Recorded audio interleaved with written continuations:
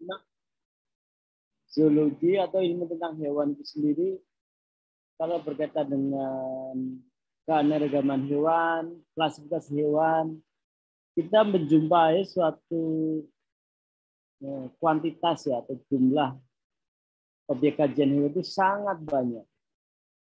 Bisa sangat banyak, tentunya juga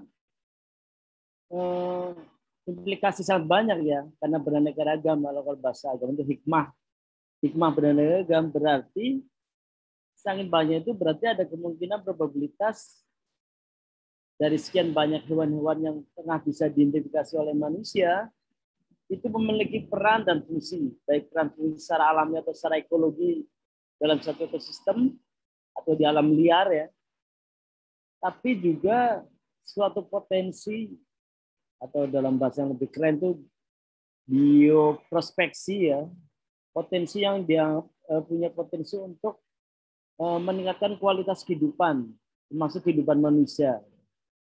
Nah, meningkat kualitas kehidupan manusia dalam artian bisa sebagai suatu pengetahuan, ilmuwan, bisa sebagai sumber pangan, sumber obat-obatan, atau yang lain-lain. Sebagai contoh, ketika suatu hewan dimanfaatkan sebagai sumber ilmuwan, ya pertama jadi objek penelitian, ya objek belajar, menjadi alat riset. Misalnya makaka itu jadikan hewan percobaan di lab-lab, walaupun sekarang sudah mulai ditentang ya. Tapi itu masih beberapa negara masih menggunakan itu. Terus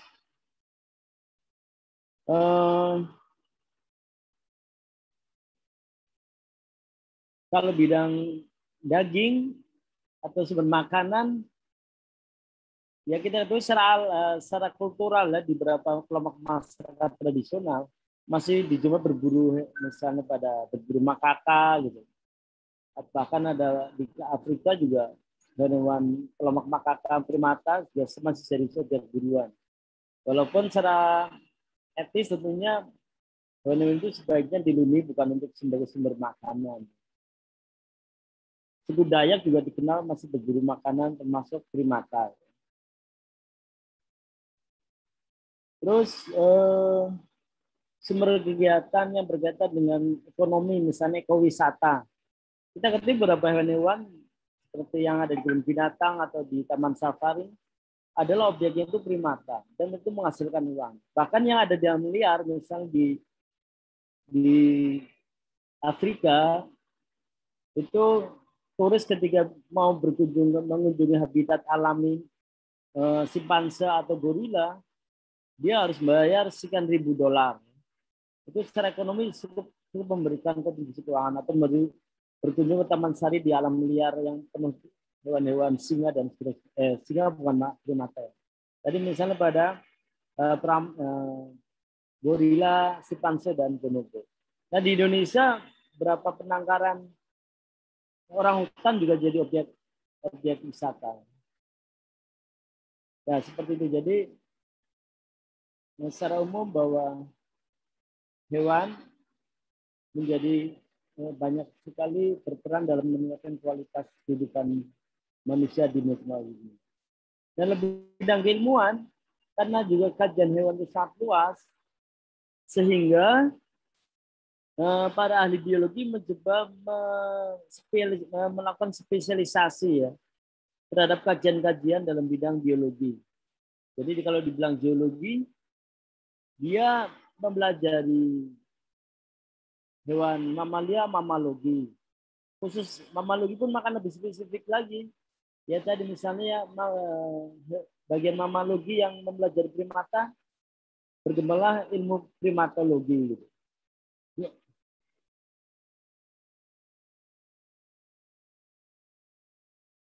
Yang bidang serangga, insekta ya.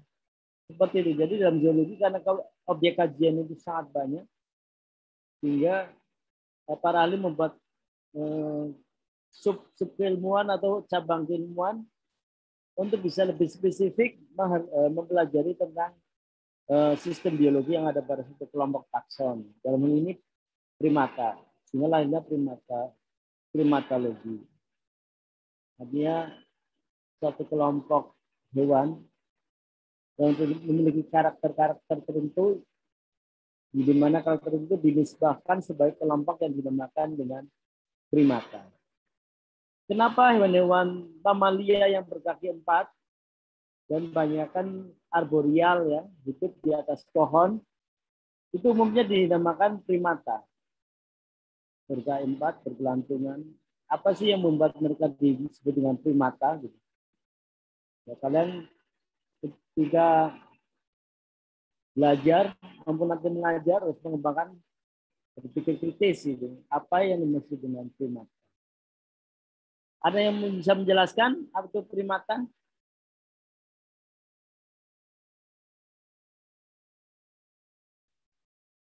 Silakan kalau ada yang mau berpendapat, apa itu primata?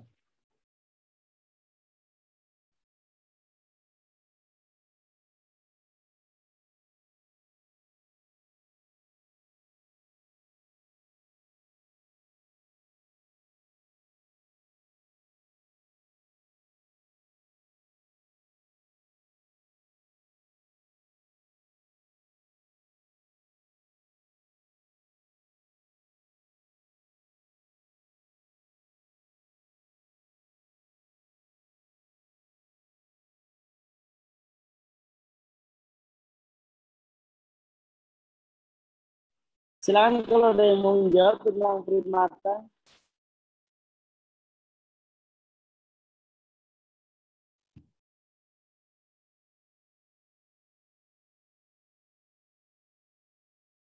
Saya izin menjawab, Pak. Ya, silakan. Primata itu berasal dari bahasa Latin, primates, yang berarti yang pertama atau terbaik. Jadi kenapa disebut primata, kenapa hewan-hewan itu dikelompokkan menjadi primata, karena primata itu yang otaknya paling cerdas gitu, Pak. Jadi sesuai sama arti dari kata primata itu yang terbaik. Gitu, Pak. Maaf, Pak, kalau ada kesalahan. Ya, terima kasih. Terbaik gitu. Prime ya. Saya pernah nonton film apa tuh yang Prime? Terbaik. Prima. Itu ada yang lain? Juga terbaik dari siapa?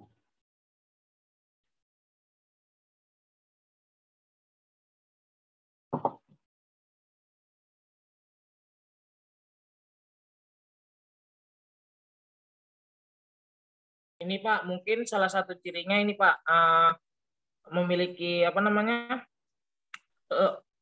ibu jari yang berlawanan arah Pak. Gila berjari lawan dengan apa?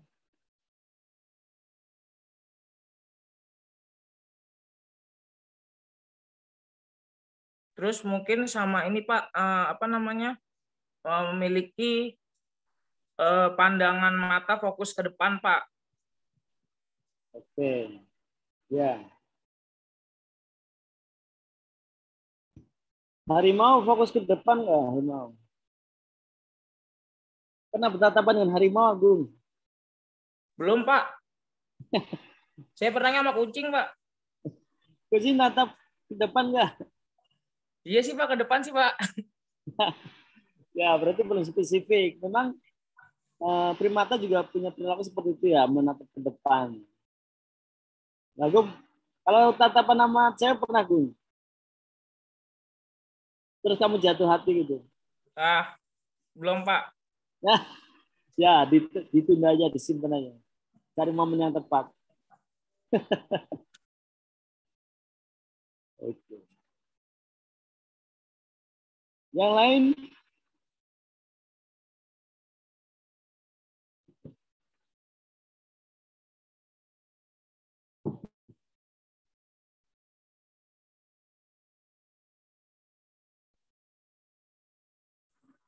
Izin menjawab, Pak. Ya. Mungkin karena dia itu morfologinya kurang lebih sama kayak manusia, terus kayak hewan, kayak manusia purba zaman dulu, Pak. Ciri-cirinya. Seperti itu, Pak. Oke, manusia purba. Manusia purba itu manusia atau primata?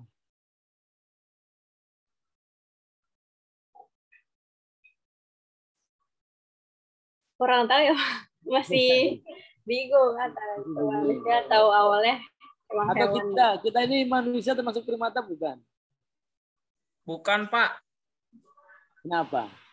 Kan kita genusnya kan Homo, Pak. Apa? Kalau manusia Ya. kan ininya Homo sapien, Pak. Ya. Terus kalau menurut saya manusia purba juga menurut saya manusia karena kayak misalkan Homo erectus, dia manusia perpindahan dari Meganthropus ke manusia modern, manusia Ya. pertengahan. Menurut saya seperti itu, Pak. Oke. Tapi genusnya sama Homo kan, Homo. Pithecanthropus erectus, manusia yang berdiri tegak, dan Homo sapiens, makhluk yang bijak.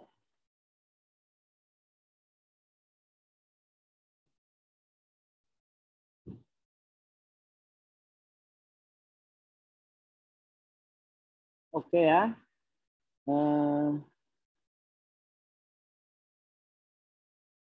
Suatu organisme disebut dengan primata itu ada beberapa karakter utama. Yang pertama adalah ungulates, clavicle, placental mammal with orbital encircled by bone. Jadi seperti yang Agung bilang bahwa tatapan ke depan sebenarnya bukan soal tatapannya Pak Agung, tapi tentang tulang orbital yang berkaitan dengan organ mata ya, yang berbentuk bulat atau lingkaran cekungan seperti itu. Ini ya, orbit encircled by bone. Terus orbit encircled by bone itu sendiri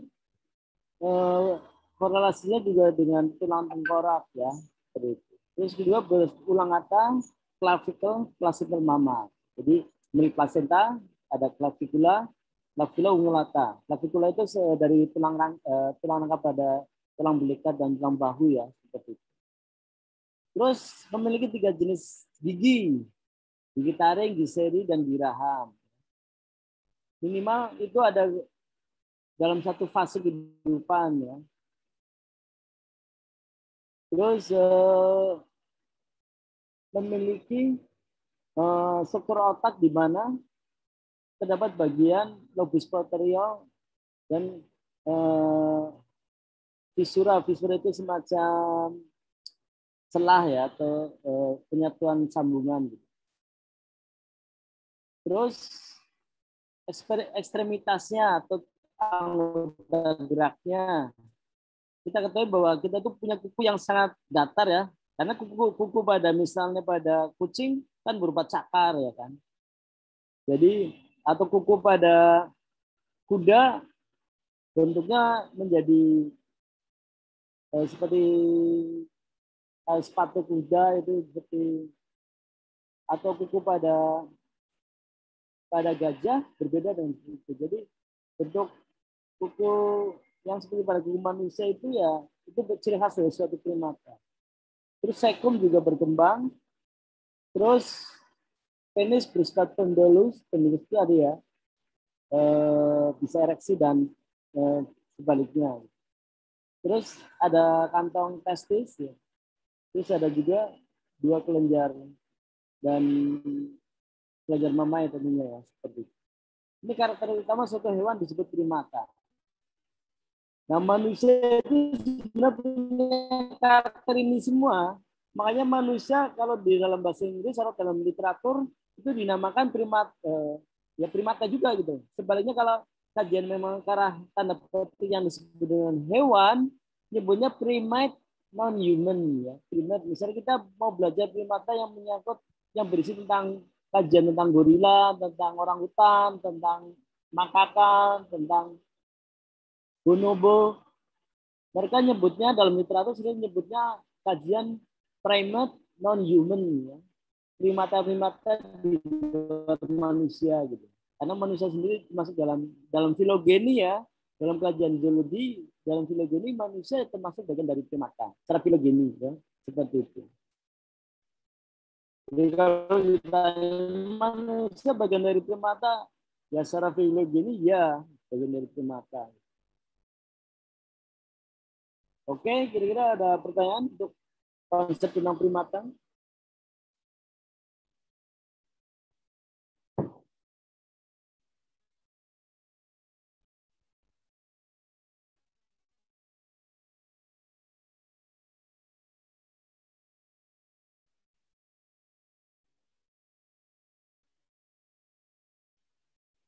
Nah, ini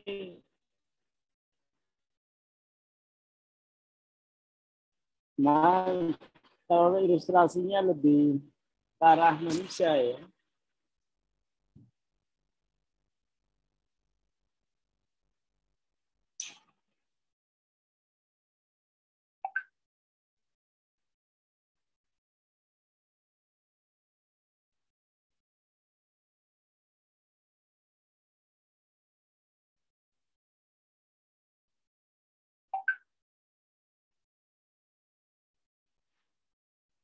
Pak, maaf Pak, suaranya hilang Pak. Tes. Kedengaran? Iya Pak, kedengaran Pak. Oke, saya lanjut ya. Saya ulangi lagi. Jadi suatu organisme ketika memiliki karakteristik tadi struktur enlarged brain ya, bukan berarti otaknya besar ya. Memang salah dari sisi volume otak pada primata relatif besar ya. Tetapi kita ketahui bahwa otak primata kalau bicara volume tentu jauh lebih kecil dibanding misalnya dengan gajah ya, atau hewan-hewan yang berukuran besar. Ya. Tetapi tentunya yang dimaksud di konteks ini ya kapasitasnya ya. Kapasitasnya adalah bisa struktur otaknya, bentuknya, morfologinya, anatominya, juga kapasitas menyangkut sistemnya, di mana mereka punya karakteristik unik yang menyangkut sistem kecerdasan atau kognisi pada yang berlangsung pada otak. Nah, tadi yang Agung bilang forward facing eyes ya, jadi tatapan ke depannya ini berkaitan dengan tulang yang menjadi rongga pada bola mata pada hewan yang disebut primata. Ya. Terus di sini dilengkapi lagi juga dengan adanya organ saluran tengah pada pendengaran atau pada telinga. Ya. Terus ada tulang kolar, terus ada pemisahan antara bius dan ulna, pemisahan antara tibia dan fibula, terus jari-jari yang fleksibel ya, bisa ditekuk, bisa menggenggam, ya, bisa untuk pelantungan dan seterusnya, untuk makan. Terus ada jarak karena tulang-tulang pada tulang pergerakan kaki ya, terus pada siku seperti itu. Nah, itulah karakteristik yang dijumpai secara morfologi ketiga suatu organisme disebut sebagai primata.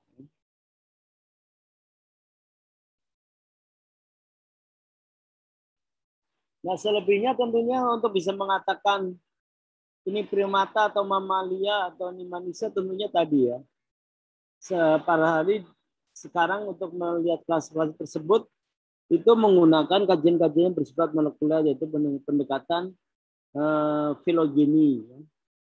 Nah, kalau filogeni tentunya ya nanti di dalamnya juga banyak perdebatan ya, misalnya adanya penemuan spesies baru, terus mengenai kegerapan antar ordo, antar kelas ya, antar marga gitu.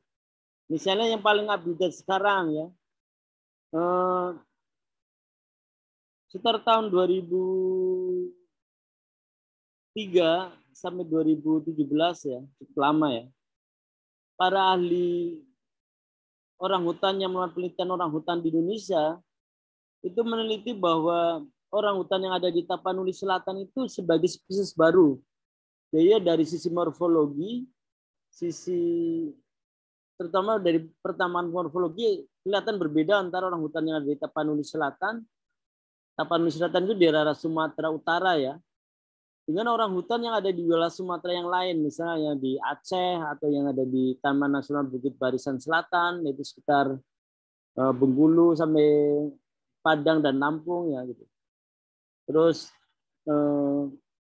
ketika dia dilihat secara morfologi kok ada sedikit perbedaan, misal dari sisi warna rambut, dari sisi tekstur wajah atau bentuk wajah gitu. Nah, ini para ahli dengan pengetahuan morfologi ditunjang dengan studi DNA secara molekuler menunjukkan ternyata orang hutan yang ada di Tapanuli itu sebagai spesies yang baru, spesies yang berbeda dengan spesies Sumatera. Dan akhirnya dengan pendekatan genomik terkuak bahwa memang betul bahwa orang hutan yang ada di Tapanuli itu sebagai spesies baru. Itu penemuannya itu baru kemarin ya, berarti tahun 2017-an. Seperti itu. Jadi betapa dinamika kajian-kajian biologi ini menyangkut hewan-hewan, khususnya primata dengan kelompok lain itu sangat dinamis. Nah, sampai sekarang tetap menjadi kajian utama pendekatan filogeni berkaitan dengan klasifikasi sistematika dan taksonomi dari primata, termasuk berkaitan dengan hewan-hewan lain. Jadi bagaimana hubungan anggota primata dengan spesies lain itu dalam hal ini masih banyak menjadi kajian para ahli gitu. Seperti itu.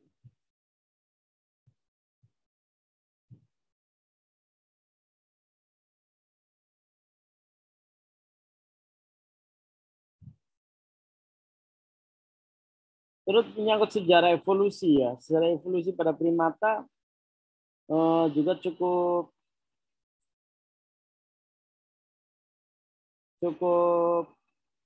jadi perhatian para ahli ya, karena uniknya berdasarkan analisis fosil ya, penemuan fosil menunjukkan bahwa primata itu sudah ada sekitar akhir zaman Kretasius.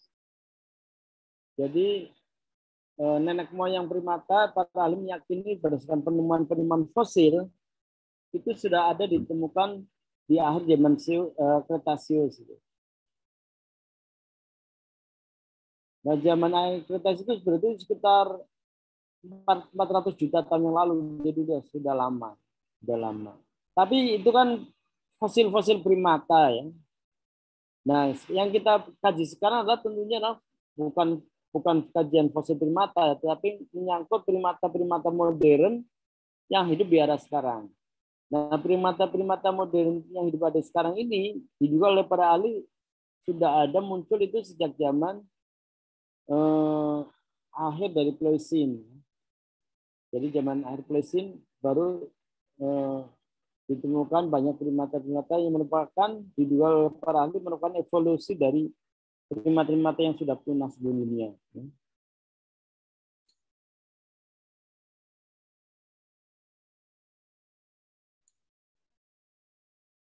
Nah, kalau dilihat ini sebaran fosil-fosil yang dikaji oleh para ahli gitu, menunjukkan bahwa banyak fosil-fosil menunjukkan primata itu tersebar cukup luas ya, terutama di wilayah-wilayah sebagian Afrika, terus daerah Mediterania, misalnya daerah Turki ya, di Ankara juga ditemukan fosil primata, terus daerah Afrika bagian selatan juga ditemukan banyak fosil dari primata.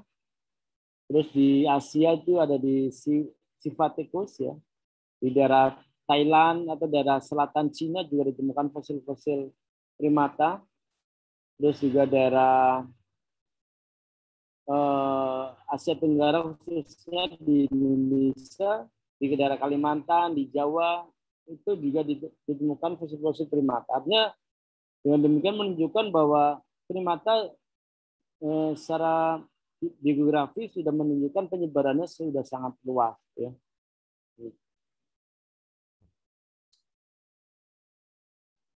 Nah, bagaimana dengan primata yang ada sekarang yang modern? Ya, dari fosil tadi itu menunjukkan ada sangat perubahan ya. Jadi kita ketahui bahwa kehidupan yang ada di planet bumi ini pernah terjadi 4 kali kepunahan massal. 4 kali kepunahan massal itu para ahli menduga antara lain disebabkan oleh perubahan iklim yang ekstrim ya, perubahan iklim yang ekstrim itu bisa disebabkan oleh perubahan karena peristiwa yang ada dalam bumi itu sendiri. Misalnya kayak dulu ketika Gunung Krakatau meletus, dianggap salah satu berdampak pada perubahan iklim yang cukup signifikan. Terus jatuhnya meteor juga menyebabkan ada beberapa kali kasus kepunahan massal. Misalnya pada zaman 250 sampai 150 juta tahun yang lalu, di zaman Jurassic, reptil-reptil pernah melakukan kepunahan massal karena diduga ada perubahan ekstrim yang sangat dramatis atau sangat besar karena adanya hujan meteor pada saat itu. Tapi menunjukkan juga dari penemuan fosil penyebarannya sangat luas. Ya. Nah, pada primata modern yang ada di lingkungan sekarang, sebagian primata yang disebut dengan primata atau monyet dunia baru, itu secara biografi mereka tersebar di wilayah di daerah benua Amerika Selatan. Di benua Amerika menurut saya. Terutama di negara-negara Amerika Selatan. Ya. Misalnya Brazil, Venezuela, dan seterusnya. Nah, sementara pada monyet-monyet dunia lama, itu mereka tersebar di wilayah-wilayah di benua Afrika, benua Asia, termasuk Indonesia. Itu ada banyak sekali jenis-jenis primata yang tergolong dalam monyet dunia lama, gitu, yang tersebar di wilayah tadi di benua Afrika dan di Asia Tenggara, khususnya Indonesia. Termasuk di sini adanya kera besar atau apes, ya. Nah, yang paling unik juga di Pulau Madagaskar, di sini khusus hewan endemik lemur, ya, karena lemur ini ternyata tidak ditemukan di Afrika, di Asia, di Amerika Selatan, di benua Asia, maupun apalagi di Indonesia atau di Australia. Jadi hanya temuan di Pulau Madagaskar ini. Jadi hasil evolusi mereka menjadi suatu kelompok asing tersendiri. Jadi tidak ada kerabatnya di wilayah lain. Seperti itu. Berikutnya tentang karakteristik morfologi, ya. Karena nanti dalam satu paparan diskusi kalian akan bicara tentang kognisi, ya, menyangkut kecerdasan primata. Gitu. Ya, kita katakan bahwa suatu organ yang menyangkut bertanggung jawab terhadap kecerdasan dan terus belajar adalah otak, ya. Dan kita ketahui berdasarkan penelitian, otak pada primata itu cukup berkembang, ya, kapasitasnya berkembang, kemampuannya berkembang. Jadi bukan soal volume, ya. Ya di samping kalau pada hewan yang lebih kecil volumenya lebih besar, tapi kalau dibanding gajah juga termasuk paling kecil, gitu. Tetapi kalau dari kapasitas kemampuan, ya, tentunya kecerdasan kognisi pada primata itu cukup besar, sehingga mereka bisa mempunyai perilaku yang lebih maju dibanding kelompok hewan lainnya. Nanti ada kajian tersendiri. Ya, tadi kalau di berita dan biografi, memang sebagian besar itu hidup di daerah tropis, ya. Ini kayak tropis. Ini kebanyakan tropis, ya. Jadi kebanyakan primata itu hidup di daerah tropis. Walaupun ada yang subtropis, misalnya di monyet salju Jepang, ya, mereka ada di sana.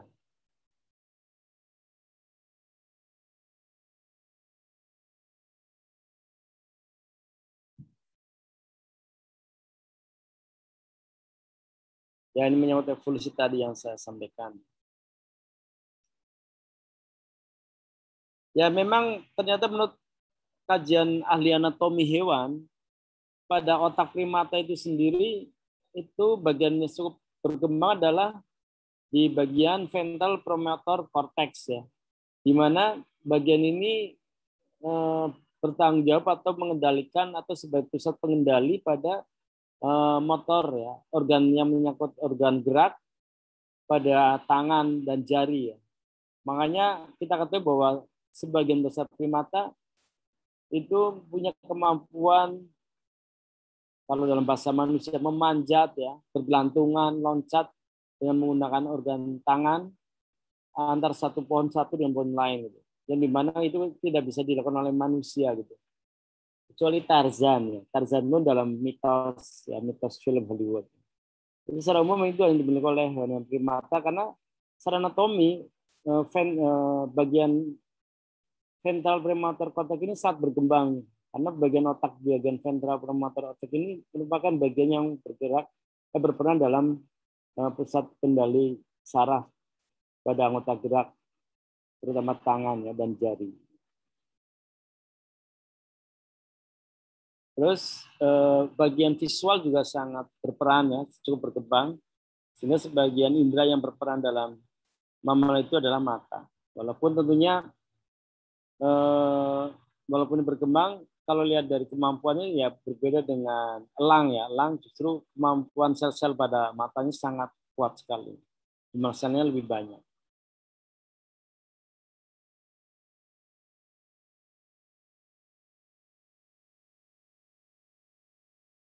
Ya, menyangkut kemampuan visual ya. Kenapa juga organ mata pada primata sangat optimal ya dalam menjalankan fungsi sebagai indera visual, karena juga kita ketahui bahwa semua organ-organ itu berhubungan dengan pusat saraf atau pusat otaknya, yaitu otak tertentu ya. Misalnya pada visual cortex ini berkaitan dengan lobus occipital, dan rata-rata tadi bagian dari lobus occipital dan temporal pada hewan-hewan yang dikategorikan primata itu cukup berkembang, sehingga hasilnya adalah rata-rata umumnya penglihatan pada primata cukup baik, walaupun tentunya tingkat kemampuan penglihatan kalau dibandingkan misalnya pada harimau atau dibandingkan pada elang, apalagi elang bisa melihat objek sejauh kiloan meter, sementara manusia cuma ratusan meter. Tapi elang tidak bisa melihat dalam bentuk yang lebih lengkap dibanding pada visual pada manusia.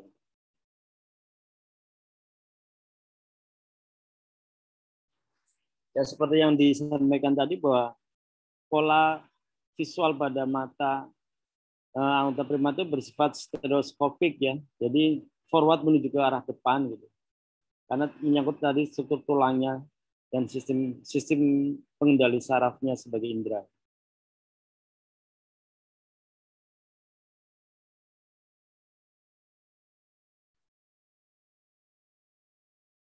Berikutnya tentang antropoid ya. Ya, antropoid adalah satu kelompok bagian dari primata yang secara evolusi cukup berkembang ya. Jadi diperkirakan sekitar 40 juta tahun yang lalu kelompok primata berevolusi menjadi kelompok primata yang disebut dengan antropoid ini.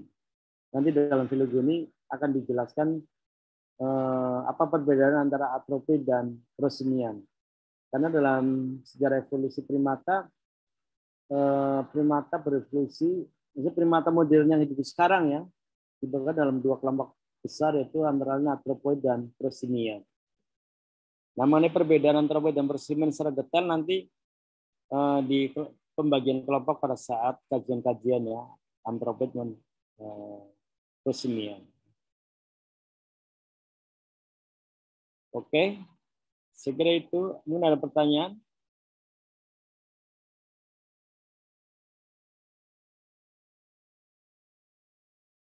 Ya, saya tidak mau menjelaskan secara detail karena nanti kelompok-kelompok yang mengkaji antropoid, mengkaji prosimian harus mengkaji juga tentang bagaimana menyangkut sistem sarafnya, organnya, termasuk filogeninya, termasuk perilaku serta konservasinya. Jadi ini saya punya bahan, tetapi saya tidak jelaskan secara detail karena itu jadi kajian per kelompok nanti.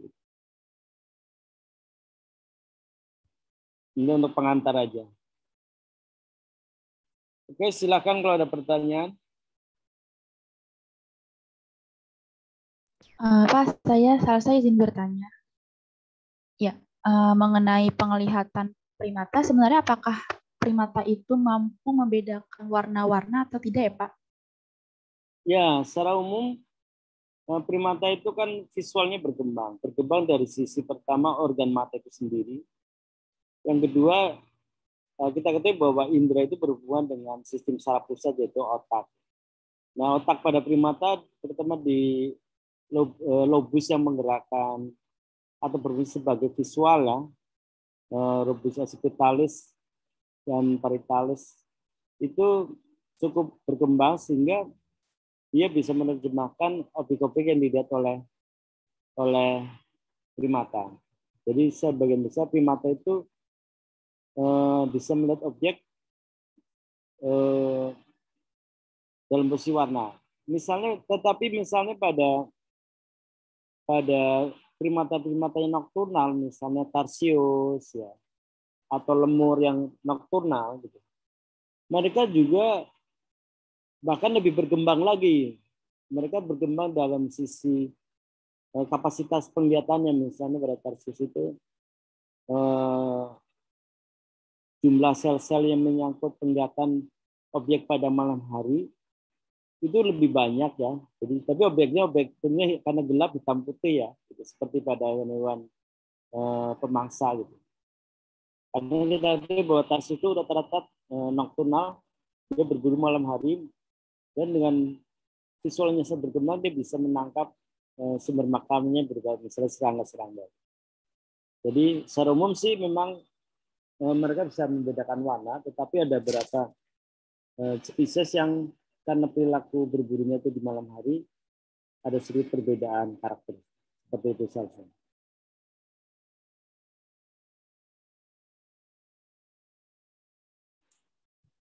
Gimana bisa dimengerti saja?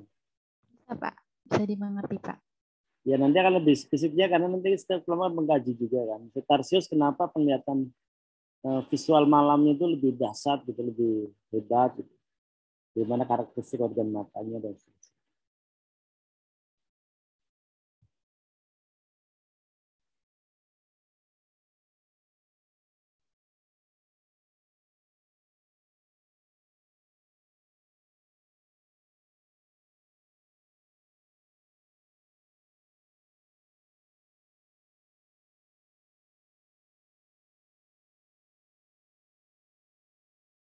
Pak, izin bertanya, Pak. Ya, silakan. Pak, sebenarnya primata itu nenek moyangnya itu seperti apa sih, Pak? Apa dia berevolusinya, Pak? Kan kayak misalkan antara buaya sama ayam saja punya kedekatan nenek moyang, Pak. Itu kan T-Rex kan dilihat dari sisi pada kakinya. Nah, kalau primata itu gimana, Pak? Terus yang selanjutnya, saya ini Pak yang masih agak bingung, kenapa marsupilaria itu nggak dimasukin ke primata Pak? Padahal dia kan hidupnya juga hampir mirip seperti primata-primata gitu Pak. Terima kasih Pak.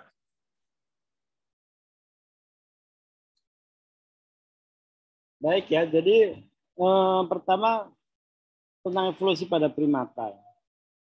Primata non manusia ya.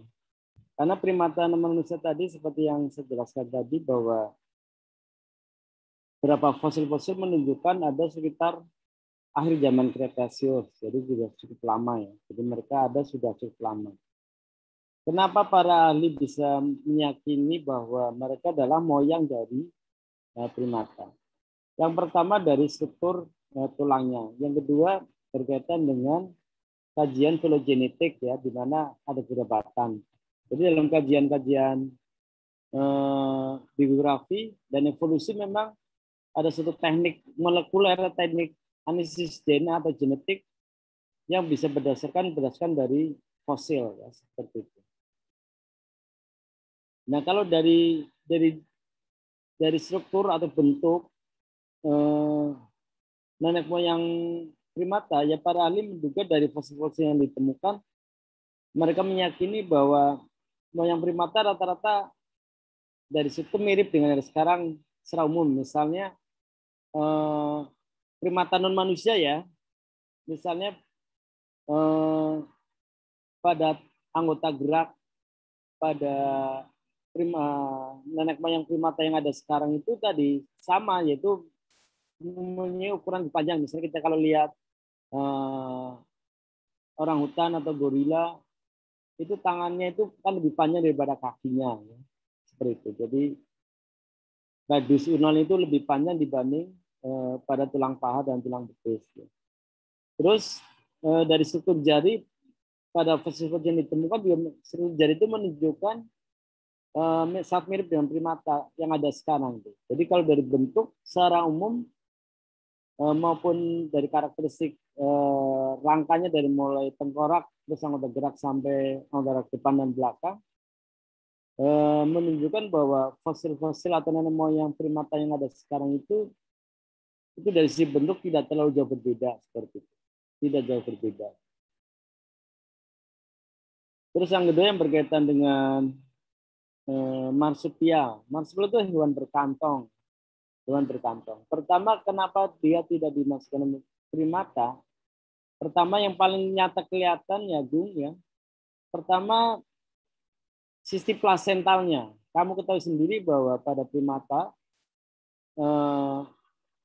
itu ketika sel sperma dan sel telur itu dibuahi jadi pembuahan ya, terus menjadi zigot dan embrio, dia akan menempel pada dinding rahim ya, dan di situ akan berkembang jaringan embrional, misalnya allantois, amnion, chorion, ya kan, dan mereka berkembang di dalam secara internal.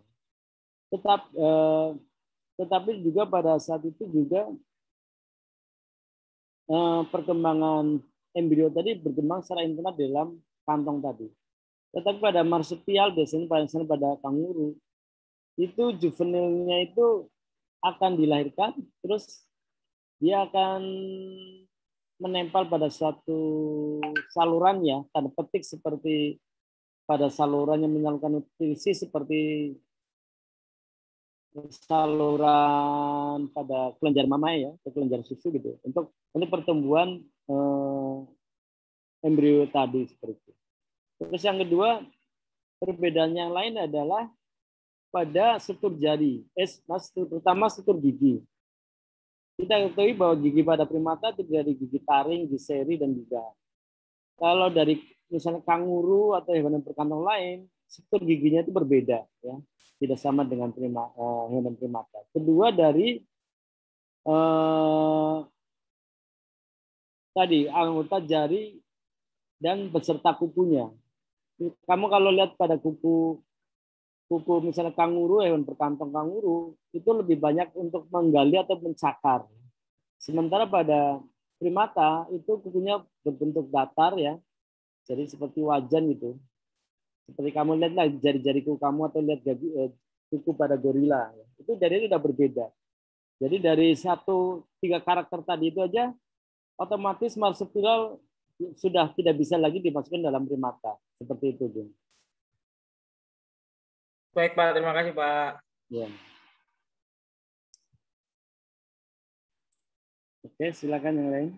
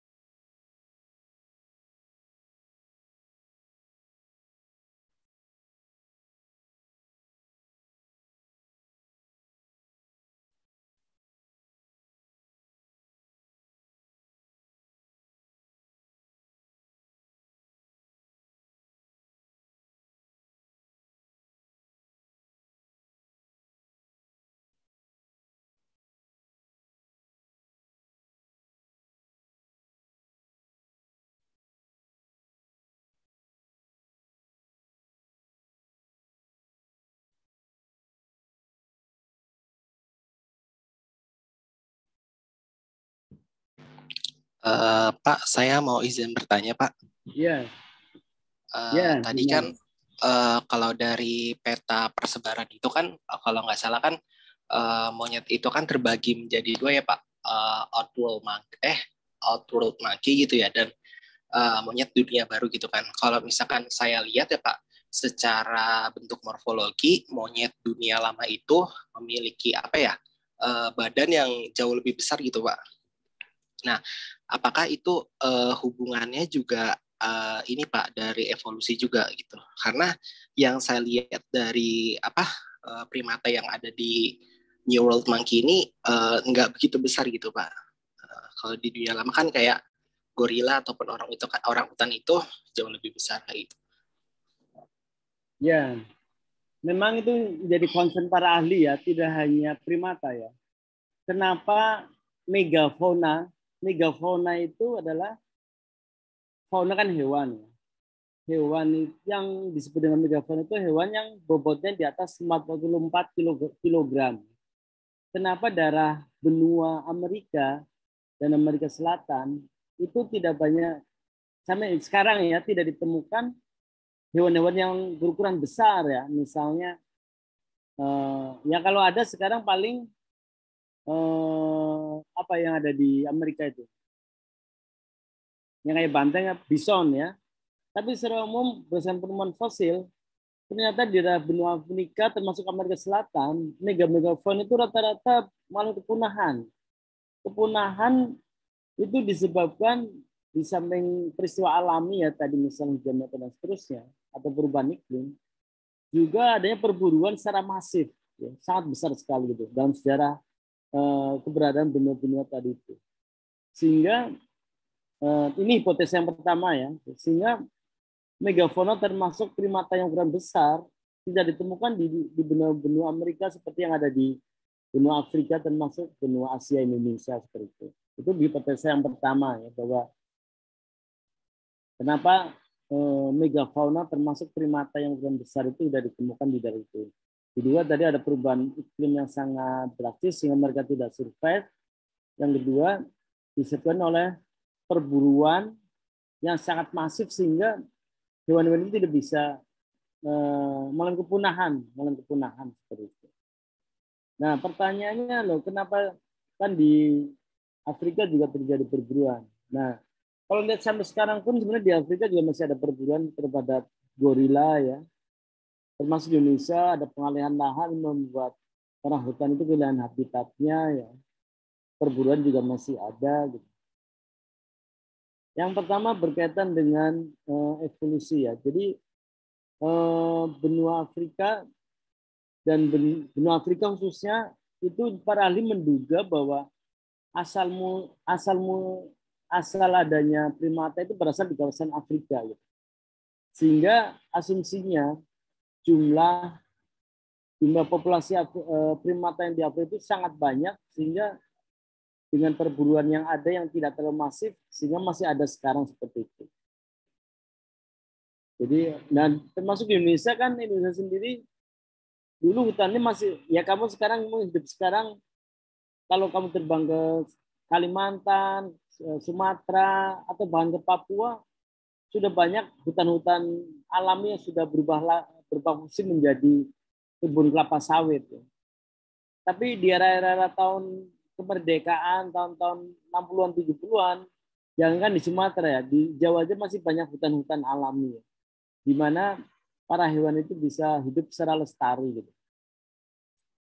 Tetapi ya sekarang kerusakannya sangat masif, ya misalnya mengancam kepunahan dari primata itu sendiri.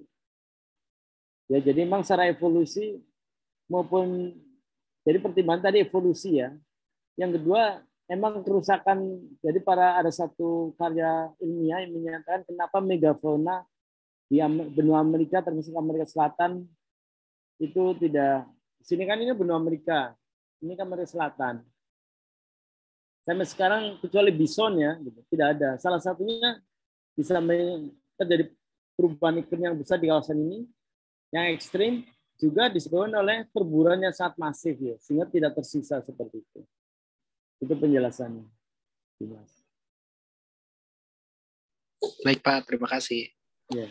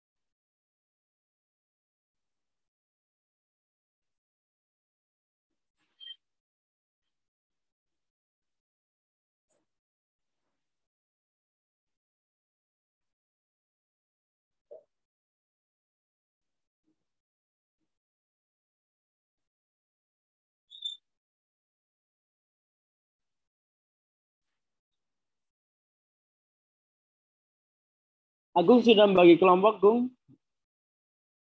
Sudah, Pak. Oke.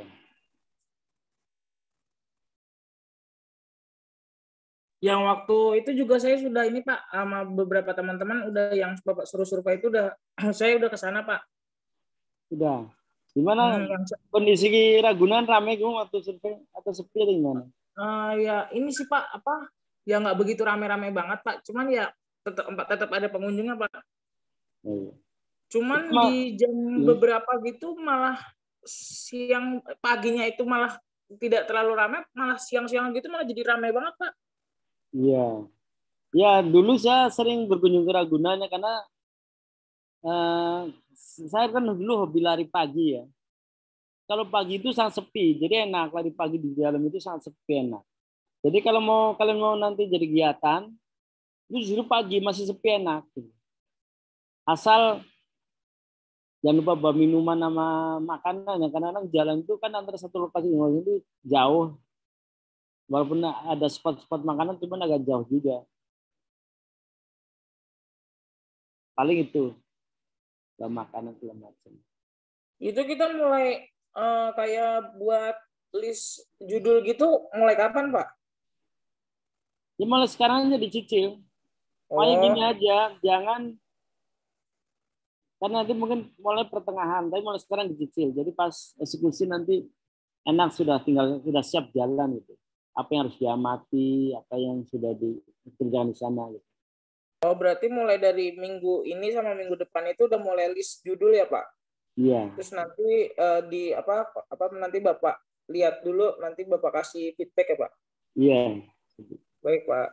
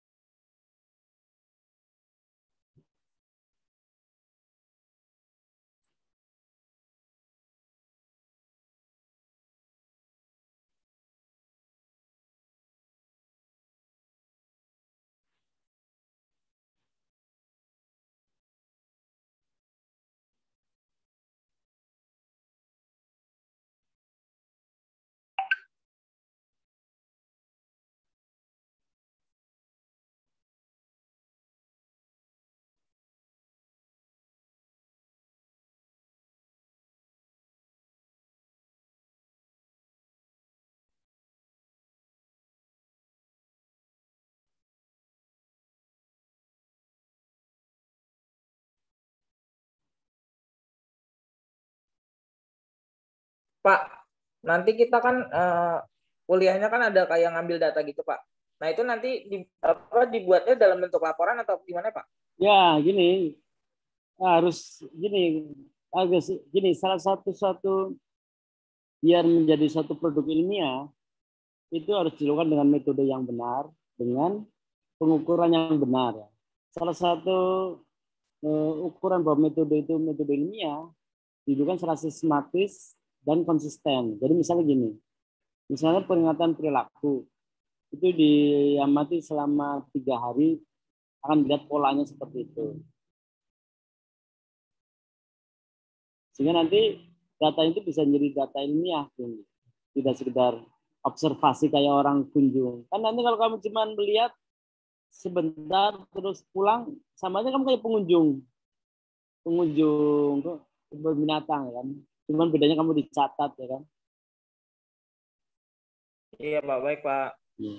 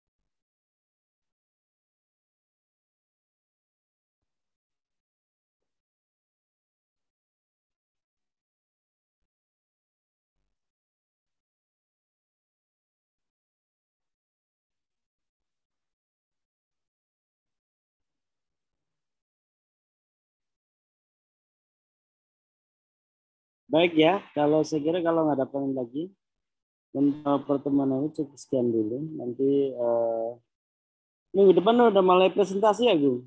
Iya Pak, presentasi yang ketiga. Ya, nanti untuk pengayaan pengetahuan, karena memang dalam pengantar ini akan memberikan pengantar untuk pada setiap topik, dan tapi kan mengkaji pada setiap ordo ya. Jadi nanti akan ada pendalaman dalam setiap kajian tadi. Oke, sudah untuk sementara ini. Terima kasih. Selamat siang. Assalamualaikum warahmatullahi wabarakatuh. Waalaikumsalam warahmatullahi Ya. Pak, seperti itu Pak. Ya. Itu nanti resumenya itu waktunya kapan Pak? Tenggatnya Pak? Ya, H+1 kan. Oh iya Pak. Iya. Oke.